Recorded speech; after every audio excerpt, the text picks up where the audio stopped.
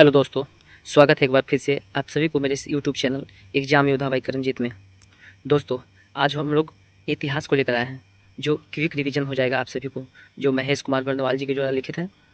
दोस्तों, कहा जाता है कि कामयाबी मुझे मिले या ना मिले ये अलग बात है। कामयाबी मुझे मिले या ना मिले ये अलग बात है, लेकिन मैं कोशिश ना करूँ ये तो गलत बात है। दोस्तों, आइए एक मोटिवेशनल बात और बताते हैं आप सभी को। कहा जाता है कि लहरों से डरकर नौका पार नहीं होती, लहरों से डरकर नौका पार नहीं होती और कोशिश करने वालों को कभी हार नहीं होती। आइए दोस्तों, हम लोग भारत के प्राचीन इतिहास के बारे में आज हम लोग पढ़ेंगे।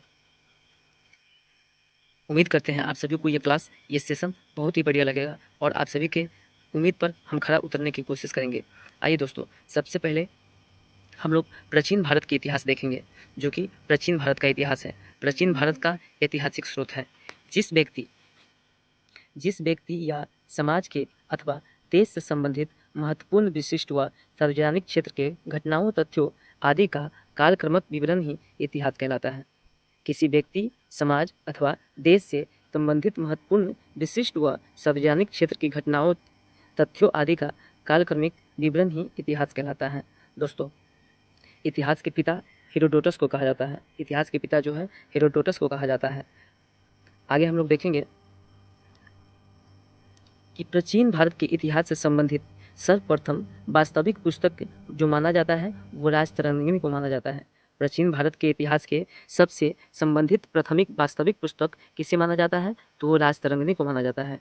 उत्कीर्ण चिन्ह वाले प्राचीनतम सिक्का क्या कहलाते हैं, तो ये कहलाते हैं आहत सिक्का। क्या कहलाते हैं? आहत सिक्का। सिक्कों के अध्ययन को हम लोग मुद्रा शास्त्र कहते हैं। भारत में प्रयाग ऐतिहासिक खोज प्रारंभ करने का श्रेय दिया जाता है डॉक्टर प्राइमरोज को। भारत में प्राग इतिहास का खोज का प्रारंभ करने का श्रेय जो दिया जाता है डॉक्टर प्राइमरोज को। भारतीय प्राग ऐतिहासिक अध्ययन से संबंधित प्री हिस्टोरिक इंडिका किसकी कृति है, तो यह स्टुअर्ट विगट की। चीनी यात्री ने अपने यात्रा वृत्तांत में भारत के लिए किस शब्द का प्रयोग किया है, तो इंदु। उत्कीर्ण लेखों का अध्ययन को क्या कहा जाता है, तो अभिलेख शास्त्र कहते हैं। जैसे हम लोग पढ़ेंगे अशोक के अभिलेख, तो अभिलेख के जो अध्ययन होता है उसे हम लोग अभिलेख शास्त्र कहते हैं। लिपियों के विकास के अध्ययन को पुरालिपि विद्या कहा जाता है। लिपि जो होता है दोस्तों, जिस तरह से अभी हम लोग हिंदी लिखते हैं या हिंदी पढ़ते हैं, उसे हम लोग देवनागरी लिपि में लिखते हैं, उसको हम लोग देवनागरी लिपि कहते हैं। जो इंग्लिश होता है वो हम लोग रोमन में लिखते हैं, जो कि दाएं से बाएं की तरफ लिखा जाता है, बाएं से दाएं की तरफ लिखा जाता है। देवनागरी भी बाएं से दाहिने की तरफ लिखा जाता है। सर्वप्रथम भारतवर्ष नाम का उल्लेख किस अभिलेख से प्राप्त हुआ है, तो ये हाथी गुम्फा अभिलेख से प्राप्त हुआ है। सर्वप्रथम भारतवर्ष का जो उल्लेख है वो हाथी गुम्फा अभिलेख से प्राप्त हुआ है। प्राचीन भारत का सर्वप्रथम सुनियोजित इतिहास किसने तैयार किया है, तो यह है B.A. स्मिथ ने। दोस्तों, ये था इतिहास के कुछ स्टार्टिंग पॉइंट। हम लोग अब इतिहास के बारे में पढ़ेंगे। इतिहास को हम लोग 3 भाग में बांट के पढ़ेंगे। पहला पढ़ेंगे प्रयाग ऐतिहासिक काल, जिसको हम लोग बोलेंगे प्री हिस्टोरिक पीरियड। उसके बाद में हम लोग बोलेंगे आदि ऐतिहासिक काल, जिसको हम लोग बोलेंगे प्रोटो हिस्टोरिक पीरियड। उसके बाद में हम लोग पढ़ेंगे ऐतिहासिक काल, जिसको हम लोग कहेंगे हिस्टोरिकल पीरियड।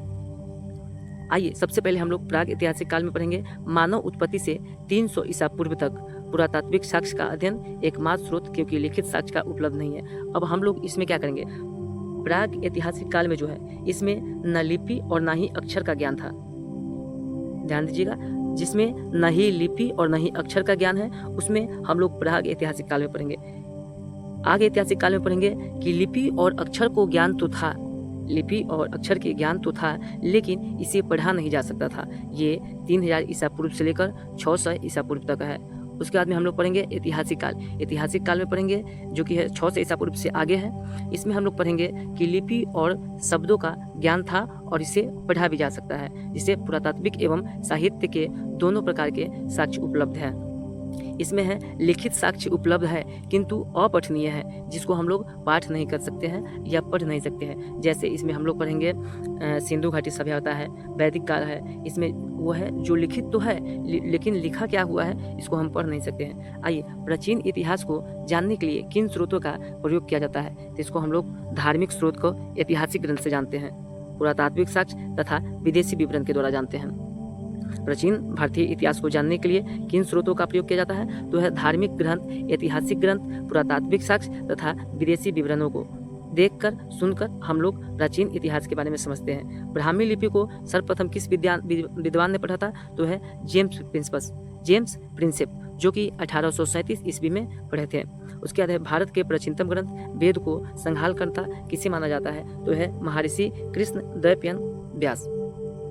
आगे हम लोग पढ़ेंगे कि पौराणिक मान्यता के अनुसार भारत के प्राचीनतम राजा कौन है? तो यह है आपके व्यवस्थ मनु। वायु पुराण में किस वंश का उल्लेख है? तो यह है गुप्त वंश का। कौटिल्य के अर्थशास्त्र से किस वंश के इतिहास की जानकारी मिलता है? तो ये मिलता है आपके मौर्य वंश के। जैन धर्म के प्रारंभिक इतिहास किस ग्रंथ से प्राप्त होता है? ये होता है कल्पसूत्र से। आगे हम लोग पढ़ेंगे भारतीय पुरातत्व सर्वेक्षण आर्कियोलॉजिकल सर्वे ऑफ इंडिया सांस्कृतिक मंत्रालय के अंतर्गत एक संकलन गठन है। आगे हम लोग पढ़ेंगे कि मत्स्य पुराण किस वंश से संबंधित है? तो यह आंध्र सप्तवाहन वंश से। विष्णु पुराण किस वंश से संबंधित है? तो यह मौर्य वंश से। खरोष्ठी लिपि किस प्रकार की लिपि है? तो यह दाएं से बाएं की ओर लिखा जाता है। उसके बाद में नारद स्मृति से किस वंश के विषय में जानकारी मिलती है? तो मिलती है गुप्त वंश से। देखिए दोस्तों, याद करने की एक विशेष ट्रिक है। अब मान लेते हैं कि जैसे विष्णु पुराण है, ये मौर्य वंश से स्थापित है, या मौर्य वंश की जानकारी इसमें हमको मिलता है। अब से देखिए, विष्णु जो है कृष्ण का ही अवतार है, कृष्ण ही विष्णु का अवतार है। जैसे कृष्ण भगवान मयूर का पंख अपने सिर पे लगाते हैं, ठीक उसी तरह से हम लोग याद रखेंगे कि विष्णु और मौर्य यानी कि मयूर। उसके बाद में है नारद स्मृति। नारद जी को हम लोग देखते हैं कि बड़ा ही चुलबुल होते हैं, जो कि चंद ही समय में कहीं से कहीं चले जाते हैं, तो इसमें हम लोग गुप्त बोलेंगे। क्या बोलेंगे? गुप्त बोलेंगे। उसके बाद में है स्मृति ग्रंथों से सबसे प्राचीन एवं प्रमाणिक पुस्तक कौन सी मानी जाती है? तो ये मानी जाती है मनुस्मृति की। उसके बाद में है शुंग काल का मानक ग्रंथि किसे कहा जाता है? तो ये कहा जाता है मनुस्मृति को। उसके बाद में स्त्री को पुरुष की अर्धांगिनी किस ग्रंथ में कहा गया है? तो ये शतपथ ब्राह्मण में कहा गया है।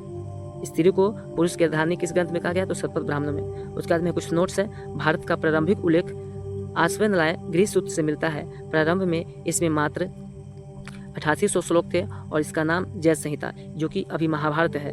कुछ समय के पश्चात यह बढ़कर 24,000 श्लोक हो गया और भारत नाम से प्रसिद्ध हुआ। अंत में 1 लाख श्लोक होने के कारण इसे सप्तशती संहिता महाभारत कहा जाने लगा। आगे हम लोग देखेंगे कि पुरालेख विद्या से क्या अभिप्राय है। तो पुरालेख विद्या से शिलालेखों का अध्ययन किया जाता है। उसके बाद में हम लोग देखेंगे पुरावेश का महानतम अन्वेषण किसे माना गया है? तो ये डार्विन को माना गया है। उसके बाद में हम लोग पढ़ेंगे कि इब्न बतूता का यात्रा वृत्तांत किस नाम से प्रसिद्ध है? तो ये रेहला। इनकी जो पुस्तक है ये रेहला नाम से है। उसके बाद में एक अल-बरूनी है, जो अल-बरूनी को किस पुस्तक के क्या नाम है? तो किताब उल हिंद नाम है। फेनसाग ने किस विश्वविद्यालय में बौद्ध धर्म का अध्ययन किया था? तो ये था नालंदा विश्वविद्यालय। उसके बाद में कुछ और इंपॉर्टेंट फैक्ट जानेंगे। प्रमुख अभिलेख के बारे में हम लोग जानेंगे। हाथी गुम्फा अभिलेख जो है ये कलिंग नरेश खारवेल के समय में हुआ था। एहोल अभिलेख पुलकेशिन द्वितीय के समय में। नासिक अभिलेख गौतमी बलश्री। जूनागढ़ के अभिलेख रुद्रमान के समय में। प्रयाग स्तंभ अभिलेख समुद्रगुप्त के समय में हुआ है। उसके बाद में है मंदसौर अभिलेख मालवा नरेश यजोवर्मन के समय में हुआ है। उसके बाद में हम लोग पढ़ेंगे ग्वालियर अभिलेख, ये जो हुआ है प्रतिहार नरेश भोज के समय में हुआ है। उसके बाद में देवपरा अभिलेख बंगाल शासक विजय सेन के। भीतरी जूनागढ़ अभिलेख यह स्कंदगुप्त के समय में हुआ है। आगे हम लोग देखेंगे कि बौद्ध स्तंभ लेख से किसकी जानकारी मिलती है? तो ये शुंग काल की जानकारी मिलती है। बौद्ध स्तंभ अभिलेख से किसकी जानकारी मिलती है? तो ये शुंग काल की जानकारी मिलती है। उसके बाद हेनसांग ने अपनी यात्रा वृत्तांत का वर्णन किस पुस्तक में किया है? तो ये किया है सी.यू. की में। उसके बाद में हम लोग देखेंगे अरबी भाषा की पुस्तक किताब उल हिंद, जिसके पहले ही हम बताए हैं कि अल-बरूनी की पुस्तक के क्या नाम है? तो किताब उल हिंद है, जो कि किसके रचयिता है इसके? तो अल-बरूनी ने। उसके बाद में है मोरक्को को यात्री इब्न बतूता भारत में मोहम्मद बिन तुगलक के दरबार में आया था तथा तुगलक ने उसे दिल्ली का काजी नियुक्त किया था। उसके बाद में है मार्को पोलो द्वारा किस राज्य की यात्रा का उल्लेख मिलता है? तो ये पांड्य राज्य के। उसके बाद में पतंजलि का महाभारत से किस वंश से इतिहास का पता चलता है? तो ये चलता है शुंग वंश का। किससे पता चलता है? शुंग वंश का।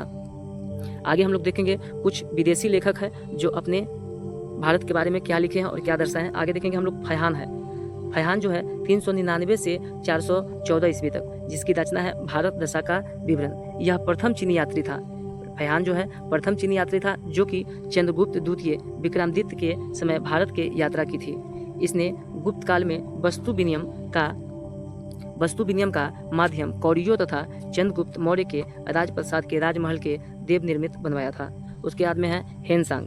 हेनसांग जो है 629 से लेकर 645 ईस्वी तक CU की पश्चात संसार का लेख में जिक्र किया है कि हेनसांग सम्राट हर्षवर्धन के समय भारत आया था। इसने हर्ष को शिलादित्य के उपाधि से विभूषित किया। इसे यात्रा के राजकुमार शाक्य मुनि नीति का पंडित कहा जाता है।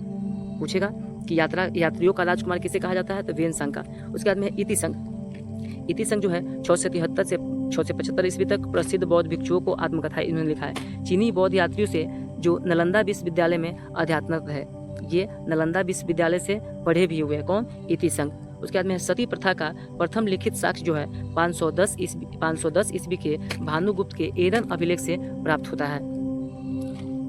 आगे हम लोग देखेंगे पाषाण काल, जो कि पाषाण काल को हम लोग 3 भागों में बांटेंगे। इसको बोलते हैं इंग्लिश में स्टोन एज। स्टोन एज के हम लोग 3 भागों में बांट के पढ़ेंगे। सबसे पहले पढ़ेंगे कि पूरा पाषाण काल, उसके बाद में पढ़ेंगे मध्य पाषाण काल, उसके बाद में पढ़ेंगे नव पाषाण काल। पूरा पाषाण काल 26 लाख से 9000 ईसा पूर्व यानी कि BC जो है BC जो है बिफोर क्राइस्ट, और AD मतलब होता है एनो डोमिनी। उसके बाद में है मध्य पाषाण जो 9000 ईसा पूर्व से लेकर 4000 ईसा पूर्व तक मध्य पाषाण काल में हम लोग पढ़ेंगे। नव पाषाण काल पढ़ेंगे 4000 ईसा पूर्व से लेकर 2500 ईसा पूर्व तक। पूरा पाषाण काल में निम्न पूरा पाषाण काल 26 लाख से 5000 ईसा पूर्व है। मध्य पाषाण काल 5000 ईसा पूर्व से 4000 ईसा पूर्व है। उच्च पूरा पाषाण काल 4000 ईसा पूर्व से 9000 ईसा पूर्व तक है। आगे है पाषाणीय युग अनुसंधान आरंभ का श्रेय किसे दिया जाता है, तो रॉबर्ट ब्रूसफुट को दिया जाता है। उसके बाद में है मानव इतिहास का प्रारंभिक काल क्या कहलाता है, तो पूरा पाषाण काल कहलाता है। प्राचीन भारत का औजार और अस्त्र शस्त्र बनाने के लिए निवासी किस पदार्थ का प्रयोग किया, तो इन्होंने किया था पत्थर का। आगे है प्राचीन भारतीय भौगोलिक मान्यता के अनुसार भारतवर्ष किस द्वीप का खंड है, तो यह है जम्बू द्वीप। अब जम्बू द्वीप यहाँ बात आया तो ध्यान रखिएगा, भारत में है जो जामुन वृक्ष पर क्या है, ये जम्बू द्वीप कहा गया। आर्य लोग यहाँ पर आर्य लोग थे, इसलिए इसे आर्यावर्त बोला गया। और उसके बाद में है सर्वप्रथम मानव सदृशी प्राणी हेमोसोपियन से प्रजाति रूप से भिन्न था, उसे सामान्यतः किस रूप में जाना जाता है, तो यह है पिकोथ्रोपेंस के रूप में। भारत में मानव के सर्वप्रथम साक्ष्य कहाँ मिला है, तो मिला है हथनौर, जो कि नर्मदा घाटी से है। सभी पुस्तक में मिल जाएंगे नर्मदा घाटी से, लेकिन हथनौरा जो है ये सभी पुस्तक में आपको नहीं मिलेंगे, इसलिए आप ध्यान से देखिएगा। ये नर्मदा घाटी की तरफ मिला तो था, लेकिन कहाँ से मिला था, हथनौरा से मिला था। आइए आगे देखते हैं, पाषाण संस्कृति से लेकर हड़प्पा सभ्यता तक संस्कृति अवशेष किस पुरातत्व से प्राप्त है, तो यह आपके मेहरगढ़ से। जूते हुए खेत का साक्ष्य किस पुरातात्विक साक्ष्य से प्राप्त हुआ है, तो यह आपके कालीबंगा से। किससे? कालीबंगा से। आगे हम लोग देखेंगे बृहद पाषाण स्मारकों की पहचान किस रूप में की गई है, तो यह है मृतकों को दफनाने के स्थान, जो कि हम लोग आगे पढ़ेंगे मोहनजोदड़ो को शाब्दिक अर्थ जो होता है वो होता है मृतकों का टीला। प्राचीनतम अस्थायी जीवन का प्रमाण कहाँ से प्राप्त हुआ है, तो यह आपका हुआ है मेहरगढ़ से। कहाँ से? मेहरगढ़ से। मनुष्य ने सर्वप्रथम किस धातु का प्रयोग किया था, तो वो है तांबा। देखिए दोस्तों, सिंधु सभ्यता जो कांस्य युग का सभ्यता था, उसमें लोहा का खोज नहीं हुआ था। उसमें लोहा का खोज जो हुआ है वैदिक सभ्यता में हुआ है, जो कि 1500 ईसा पूर्व से लेकर के 600 ईसा पूर्व तक है। तो उसमें हम लोग लोहा के खोज किए थे, और ये सिंधु घाटी सभ्यता जो था ये नगरीय सभ्यता था। आगे हम लोग देखेंगे प्रस्तर युग के लोगों को पास प्रथम घरेलू पशु कौन सा था। पूछेगा कि प्रथम जो है मनुष्य ने किस जंतु को पालतू बनाया था, तो हो जाएगा आपका कुत्ता का। किसको? कुत्ता का सर्वप्रथम पालतू बनाया गया था। उत्खनित प्रमाणों के अनुसार पशुपालन का प्रारंभ किस काल से माना जाता है, तो यह माना जाता है मध्य पाषाण काल से, जिसमें आपको पहिया का खोज हुआ था, जो कि आदि मानव लोग जो थे, हमारे पूर्वजों जो लोग थे, वो गाड़ी बनाकर इस कृषि का और पशुपालन का प्रारंभ किए थे। उसके बाद हम मध्य पाषाण काल में पशुपालन के प्राचीनतम साक्ष्य के कहाँ से मिले हैं, तो ये आदमगढ़ से मिला है। कहाँ से? आदमगढ़ से। जो पशुपालन के साक्ष्य मिले हैं वो आदमगढ़ से मिले हैं। उसके बाद में है मानव द्वारा खदानों की कृषि सर्वप्रथम किस काल में प्रारंभ की, तो ये नव पाषाण काल में। जो खुदाई के कार्यक्रम शुरू हुआ वो कब हुआ? नव पाषाण काल में। मानव द्वारा प्रयोग में लाए जाने वाले प्रथम अनाज कौन सा है, तो यह है जौ। कौन है? जौ। सर्वप्रथम मानव ने किस फसल का उगाया था, तो ये हो जाएगा आपको जौ। उसके बाद में है चकोलिथिक युग को किस अन्य नाम से जाना जाता है, तो ये बोला जाता है ताम्र पाषाण युग। पूछेगा कि हड़प्पा सभ्यता किस पाषाण का युग है, तो ये हम लोग बोलेंगे कांस्य युग है। क्या है? कांस्य युग का। उसके बाद में ताम्र पाषाण कालीन स्थल सबसे पहले है इनाम गांव, जो कि महाराष्ट्र में स्थित है। कच्ची मिट्टी का मकान व गोलकार गड्ढों वाले मकान के साक्ष्य मिले हैं। क्या? कच्ची मिट्टी का घर यहाँ से मिले हैं, कच्ची मिट्टी या गोलकार गड्ढे वाले घर यहाँ से मिले हैं। उसके बाद में हम लोग पढ़ेंगे दैमाबाद जो कि महाराष्ट्र में स्थित है। यहाँ से कलश सावधान तथा कलश के घरों के फर्श के नीचे रखने के प्रमाण सबसे बड़ा ताम्र पाषाणिक का स्थल माना गया है। उसके बाद में हम लोग पढ़ेंगे नवाद टोली जो कि महाराष्ट्र में स्थित है। इसका उत्खनन H.T. सांकलिया द्वारा चित्रित काले मृत भांड के प्रमाण से मिले हैं। उसके बाद में हम लोग देखेंगे नेवासा जो कि कहाँ है, महाराष्ट्र में है। नेवासा जो है महाराष्ट्र में है, वह है पटसन के प्रथम साक्ष्य और लाल तल पर काली डिजाइन वाले चौक निर्माता बर्तनों का प्रमाण मिला है। उसके बाद में देखेंगे ताम्रवती जो कि राजस्थान में स्थित है, राजस्थान राज्य में स्थित है। यहाँ से प्राप्त काले मधभांड सफेद रैखिक चित्रों से सजे रहते हैं। आगे देखेंगे नवपाषाण काल शब्द का सर्वप्रथम प्रयोग जो है 1865 में सर्जन लुबाक ने किया था। याद रखिएगा, इंपॉर्टेंट फैक्ट है, नवपाषाण काल शब्द का सर्वप्रथम प्रयोग वर्ष 1865 में सर्जन लुबाक ने किया था। आगे हम लोग देखेंगे भारतीय पुरातत्व सर्वेक्षण के प्रथम महानिदेशक कौन थे। भारतीय पुरातत्व सर्वेक्षण के प्रथम महानिदेशक कौन थे, तो ये थे जॉन मार्शल। उसके बाद में हम लोग पढ़ेंगे भारतीय पुरातत्व के जनक किसे माना जाता है, तो यह है अलेक्जेंडर कनिंघम को। किसको, अलेक्जेंडर कनिंघम को। उसके बाद में हम लोग देखेंगे भारत को किस प्रारंभिक पुरापाषाण युग के शिलाश्रय से सर्वाधिक चित्र प्राप्त हुए हैं, तब भीमबेटका। कहाँ से, यहाँ से भीमबेटका से, जो कि मध्य प्रदेश में स्थित है, भीमबेटका से आपको चित्र मिला है। क्या मिला है, चित्र मिला है। उसके बाद में कुंभकारी मिट्टी के बर्तन बनाने की कला सर्वप्रथम नवपाषाण काल से मिला है। उसके बाद में है पेवल उपकरण किस काल से संबंधित है। पेवन उपकरण जो है ये निम्न पुनर्पाषाण काल से स्थित है। ताम्रवती के नाम से कौन संस्कृति प्रसिद्ध है, तो यह आपका आहार संस्कृति। आगे हम लोग देखेंगे कि माइक्रोथोलिक औजार किस काल से संबंधित है, तो यह जाएगा आपको मध्यपाषाण काल में। कहने का मतलब है कि मध्यपाषाण काल में इसका निर्माण हुआ था। किसको, माइक्रोलिथिक औजार का। उसके बाद में है बेलन घाटी से प्राप्त औजार किस काल से संबंधित है, तो यह जाएगा आपका निम्न पुरापाषाण काल से। उसके बाद में हम लोग देखें मानव आखेटक और खाद्य संग्रह की अवस्था किस काल से जुड़ी है, तो यह हो जाए आपका पुरापाषाण काल से। आगे हम लोग देखेंगे ताम्रपाषाण कालीन संस्कृति में महाराष्ट्र के लोग मृतकों को घर के फर्श के नीचे उत्तर दक्षिण दिशा में रखकर दफनाया जाता था। यानी कि ताम्रपाषाण काल में जो था उत्तर से दक्षिण दिशा में रख करके दफनाया जाता था। आगे है भारत के जो दो सर्वाधिक प्राचीन ज्ञात था मध्यपाषाण कालीन स्थल कौन से है, तो यह है मदाहा और सरायनहर, जो कि मदनाहा के बारे में हम डिटेल में आपको बताएंगे अगले वीडियो में। आधुनिक होमोसेपियंस का प्रादुर्भाव कब हुआ, तो यह हुआ था आपका उच्च पुनर्पाषाण काल में। उसके बाद में है क्वार्टजाइट पत्थरों का स्थान पर जैस्पर चाट आदि के पत्थर से सर्वप्रथम कब प्रयोग किया गया, तो यह किया गया मध्य पुनर्पाषाण काल में। उसके बाद में है अग्नि का उपयोग। अब आगे जो है नवपाषाण काल में क्या हुआ था, लोग आग की व्यवस्था कर लिया था। जो पहले कच्चे मांस का सेवन करता था अब क्या करने लगा, मांस को पकाकर उसको सेवन किया करता था। आगे है भारत जीवाश्म का एकमात्र प्रमाण कहाँ मिलती है, तो ये शिवालिका पहाड़ी से। भारत में जो जीवाश्म का एकमात्र प्रमाण मिला है वह शिवालिक पहाड़ी से मिला है। भारतीय उपमहाद्वीप में कृषि का प्राचीनतम साक्ष्य मिला है वो मेहरगढ़ से मिला है। कृषि का प्राचीनतम साक्ष्य कहाँ से मिला है, तो मेहरगढ़ से मिला है। और कृषि में सबसे पहले किसका साक्ष्य मिला है, तो जौ का खेती का साक्ष्य मिला है। उसके बाद में कपास का प्राचीनतम साक्ष्य कहाँ से प्राप्त हुआ है, तो ये भी आपका हुआ है मेहरगढ़ से, जो कि कृषि का साक्ष्य मिला है मेहरगढ़ से मिला है। उसके बाद में हम लोग देखेंगे नवपाषाण काल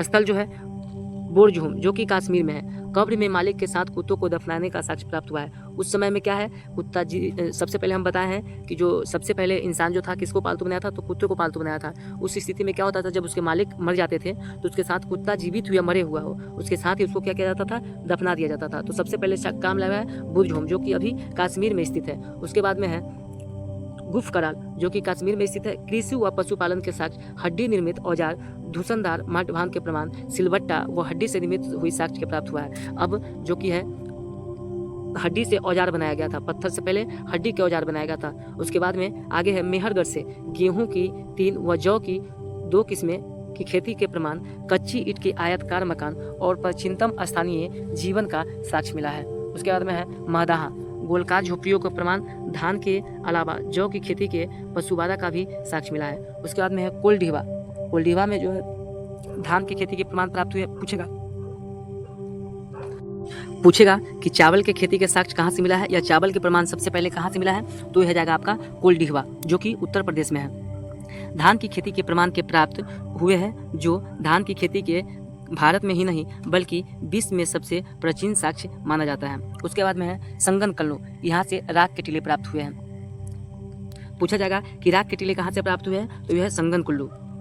उसके बाद में है टिकल लिहल, राख के ढेर व निवास स्थल का साक्ष्य प्राप्त हुए हैं, जो कि आपके कर्नाटक में स्थित है। कहाँ पे? कर्नाटक में स्थित है। उसके बाद में हम लोग देखेंगे चुपानी माडो, चुपानी माडो जो कि उत्तर प्रदेश राज्य में स्थित है। यहाँ पर मधुमक्खी के छत्ते जैसे झोपड़िए ज्यामिति आकार के सूक्ष्म पाषाण व हस्त निर्मित मृत भांड के साक्ष्य प्राप्त हुए हैं। चुपानी मांडो से क्या मिले हैं? मधुमक्खी के छत्ते जैसे झोपड़ियों और ज्यामिति आकार के सूक्ष्म पाषाण व हस्त निर्मित मृत भांड के साक्ष्य प्राप्त हुए हैं। उसके बाद में है सारू तारू, जो कि असम में है। ये गुवाहाटी के समीप उत्खनन से आदिम कुल्हारियों व चित्रित मृदभांड प्राप्त हुए, यहाँ से कुल्हारियाँ प्राप्त किया गया है। उसके बाद में है चिरांद, हड्डियों को उपकरण प्राप्त हुए हैं जो प्रायः हिरणों के सींगों से निर्मित हुए हैं। जो औजार बनाया गया है वह हिरण की सींग से बनाया गया है। उसके बाद में है दावोजली, जो असम में स्थित है। यहाँ से कृषि व पशुपालन का साक्ष्य प्राप्त हुए हैं। दोस्तों नोट्स में लिख लेंगे, नवादा टोली नामक ताम्र पसानिक स्थल का उत्खनन HD सांकालिया ने किया था। नवादा टोली वर्तमान मध्य प्रदेश में अवस्थित है। कहाँ है? मध्य प्रदेश में अवस्थित है। आगे हम लोग बोलेंगे हड़प्पा सभ्यता, जो कि एग्जाम के पॉइंट ऑफ व्यू से काफ़ी शानदार है। और सीरीज अगर आप लोग को पसंद आ रहा होगा तो हमारे चैनल को लाइक करें, सब्सक्राइब करें, कमेंट करें और अपने दोस्तों के साथ शेयर करें। दोस्तों सबसे पहले हम हड़प्पा सभ्यता के बारे में पढ़ेंगे।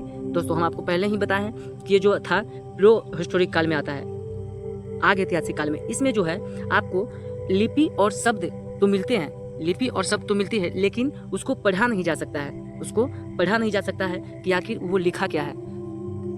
आइए सबसे पहले हड़प्पा सभ्यता का सर्वाधिक मान्यता प्राप्त काल जो है वो है आपके 2500 ईसा पूर्व से 1750 ईसा पूर्व तक। उसके बाद में हड़प्पा नामक पुरास्थल किस सभ्यता से प्रसिद्ध है? तो इसको हम लोग बोलते हैं सिंधु घाटी सभ्यता। क्या? सिंधु घाटी सभ्यता। आगे हम लोग देखेंगे हड़प्पा सभ्यता का लिपि जो है किस प्रकार की थी, तो यह भाव निरुत्मक था। क्या था? भाव निरुत्मक था। हड़प्पा सभ्यता का जानकारी का पुरातात्विक स्रोत क्या है? तो पुरातात्विक खुदाई है, जो कि खुदाई से प्राप्त हुआ है। हड़प्पा सभ्यता का जो भी हमको जानकारी मिला है वो किससे मिला है? तो ये खुदाई से मिला है। उसके बाद में हम लोग देखेंगे कि मोहनजोदड़ो का शाब्दिक अर्थ क्या होता है? मृतकों का टीला। ऊपर हम लोग आपको बताए हैं। आगे है कि सिंधु सभ्यता किससे संबंधित है? तो यह है आग ऐतिहासिक काल से, जो ऊपर हम बताएं आपको। क्या है? आग ऐतिहासिक काल से। इसमें क्या है कि लिपि और शब्दों तो है, लेकिन क्या लिखा हुआ है जो पढ़ा नहीं जा सकता, जो अपठनीय है, इसी को हम लोग क्या बोलेंगे? आदि ऐतिहासिक काल। इसमें मूर्ति पूजन का आरंभ कब से किया गया है? तो पूर्व आर्यकाल से।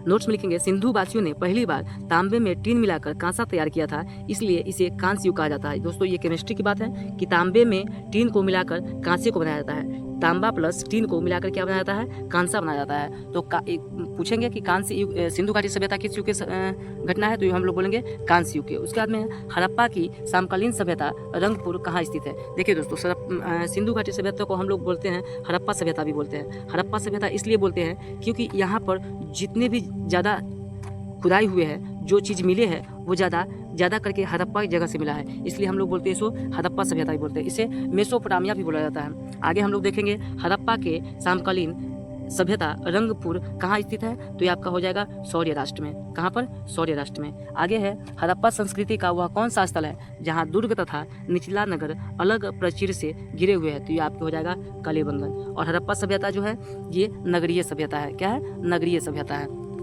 आगे हम लोग देखेंगे कि मोहनजोदड़ो एवं हड़प्पा सभ्यता का पुरातात्विक खुदाई किसके द्वारा की गई थी? तो इनके अध्यक्ष उस समय थे सर जॉन मार्शल।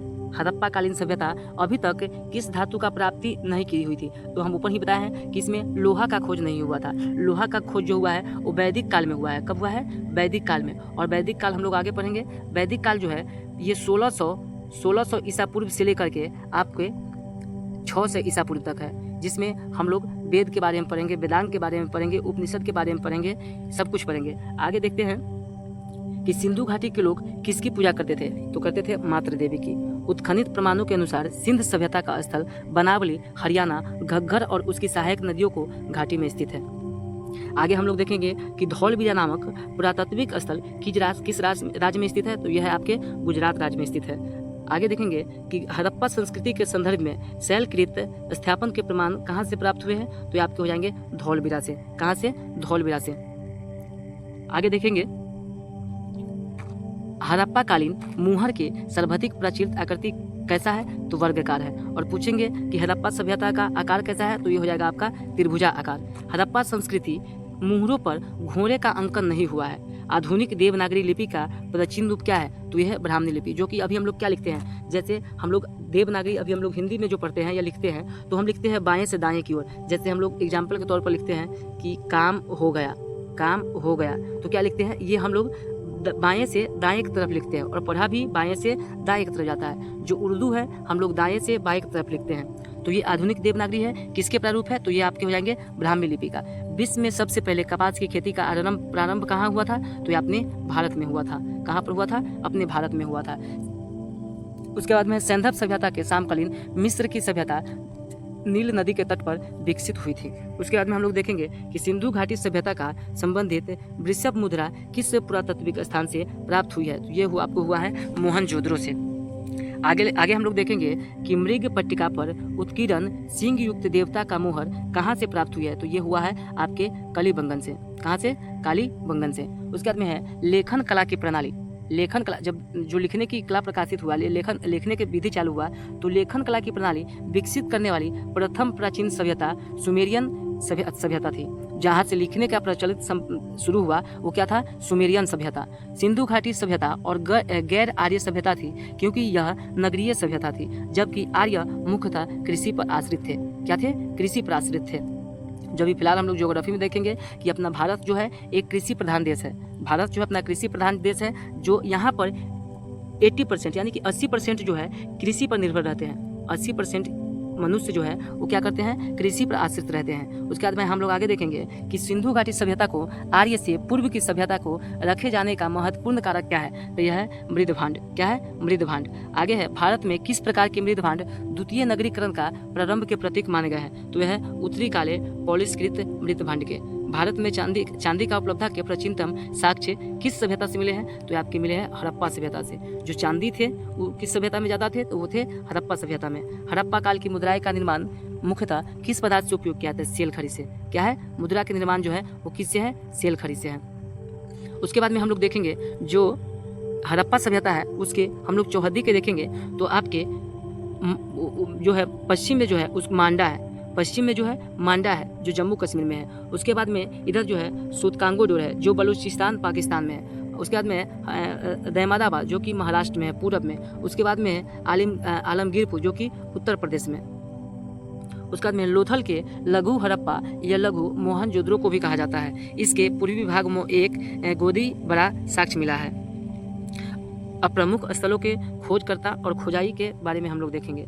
हड़प्पा जो है मोंटोगोमरी जिला में जो कि फिलहाल अभी पाकिस्तान में उपस्थित है। हड़प्पा कहाँ पर है तो पाकिस्तान में पड़ता है। कहाँ पर पड़ता है, पाकिस्तान में पड़ता है। पूछेगा कि हड़प्पा सभ्यता में सबसे ज़्यादा भूमि जो पड़ा है अगर भारत में है तो कहाँ है तो वो राखीगढ़ी है। कहाँ है, राखीगढ़ी। आगे हम लोग विस्तार से पढ़ेंगे। हड़प्पा सभ्यता को उत्खननकर्ता जो है वो है आपके दयाराम सहनी।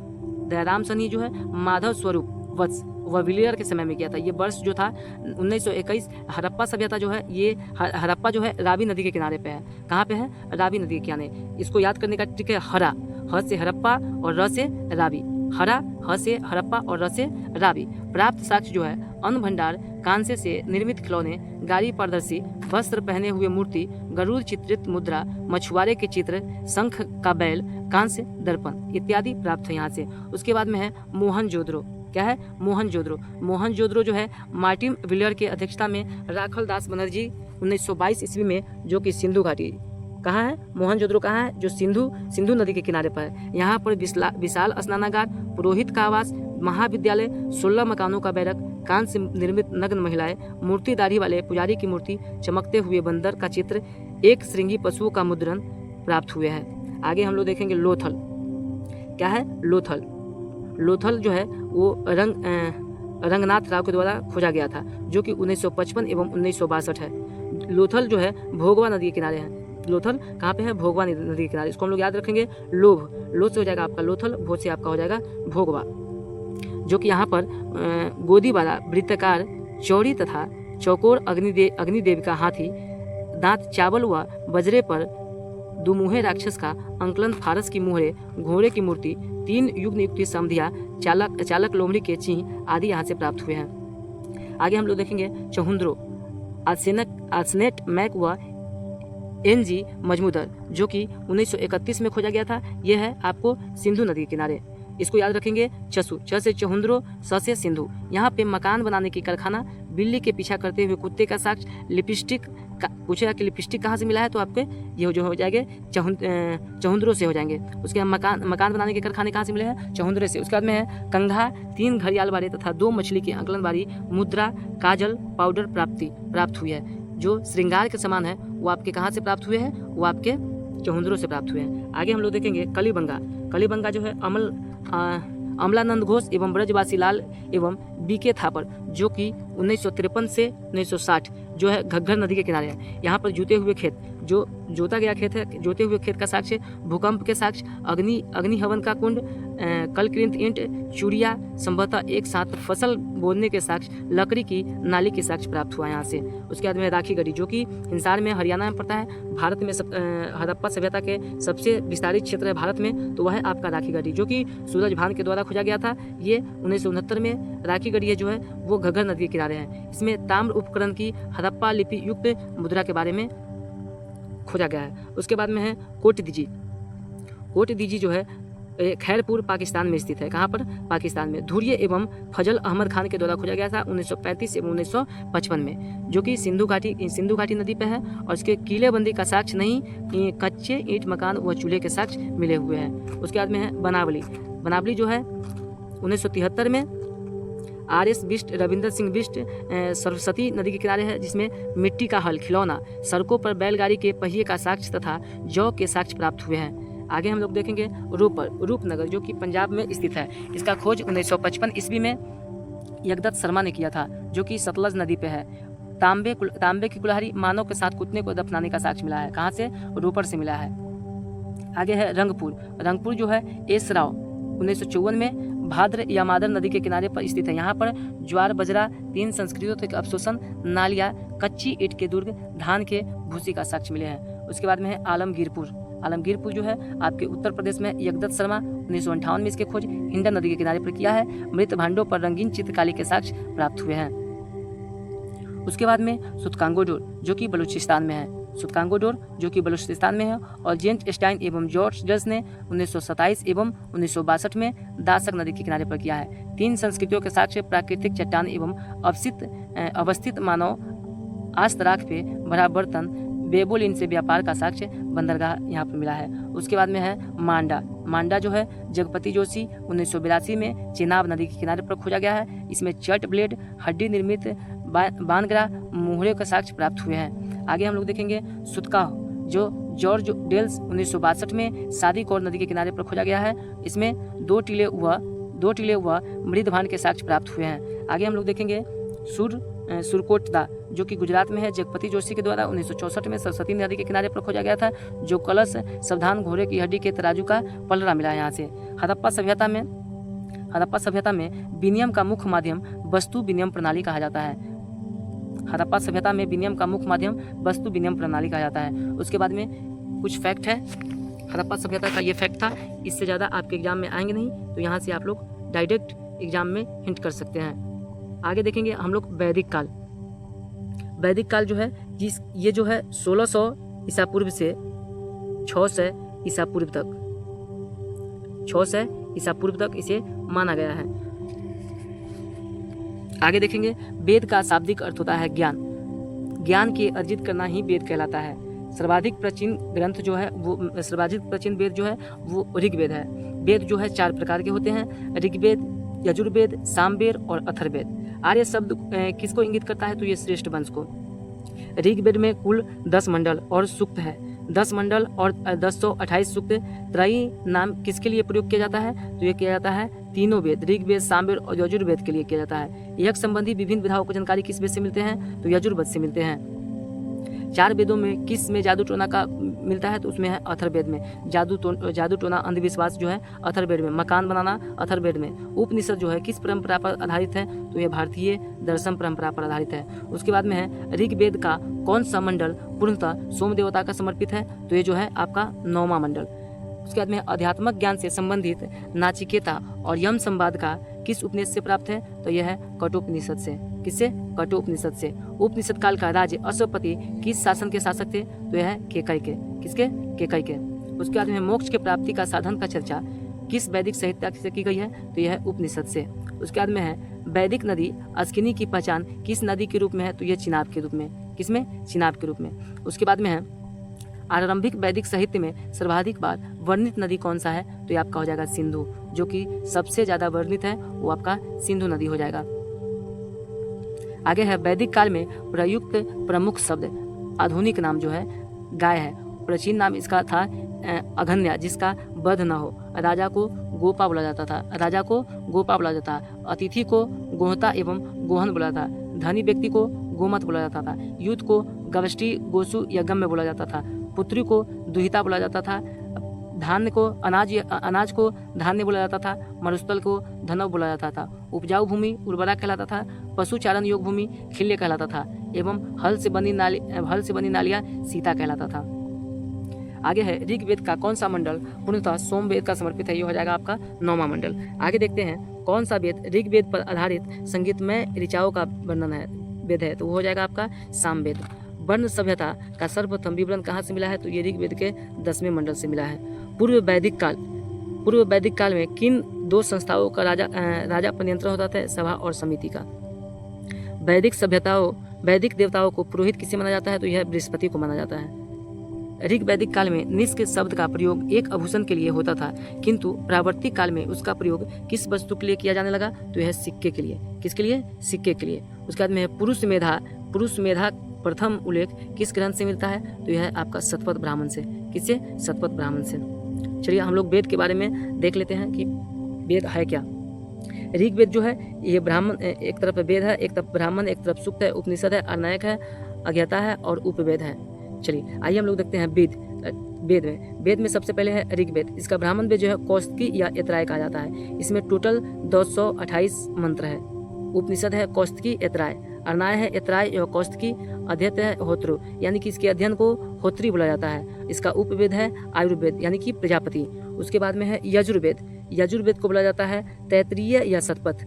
यजुर्वेद को बोला जाता है तैत्तिरीय या शतपथ। इसका जानकारी अभी नहीं है। उपनिषद में तैत्तिरीय, कठी, श्वेतांबर, ईसा, बृहदायक, मैत्राणी। अर्ना है इसका तैत्तिरीय, बृहदायक या शतपथ। इसको अध्ययनकर्ता को कहा जाता है उधरवयु। क्या कहा जाता है? उधरवयु। इसके उपवेद है धनुर्वेद। आगे हम लोग देखेंगे सामवेद जो है पंचविश, इसे तांडेय ब्राह्मण भी कहा जाता है। इसमें टोटल 1875 मंत्र है। कौन? छंदोगय, जैमिनी छंदोगय, और इसके पाठकर्ता को बोला जाता है उद्गाता। इसका उपवेद है गंधर्व वेद है। क्या? गंधर्व वेद है। उसके बाद में अथर्ववेद है, इसको हम लोग बोलते हैं गोपथ। ब्राह्मण वेद में क्या बोलते हैं? गोपथ, जो कि 6000 मंत्र है। मांडुक के प्रशासन एमुंड है। इसके पढ़ने वालों को हम लोग ब्राह्म कहते हैं। उसके बाद में इसका उपवेद जो है ये शिल्प वेद विश्वकर्मा जी के लिए लिखा गया है। इसमें नारद जी के लिए है, ये विश्वामित्र के लिए है, ये प्रजापति के लिए है। ये चारों आप याद रखेंगे। पारसियों को ग्रंथ जिंद अवस्था में जिस अहूर मर्यादा का वर्णन मिलता है वो असुरों का देवता है।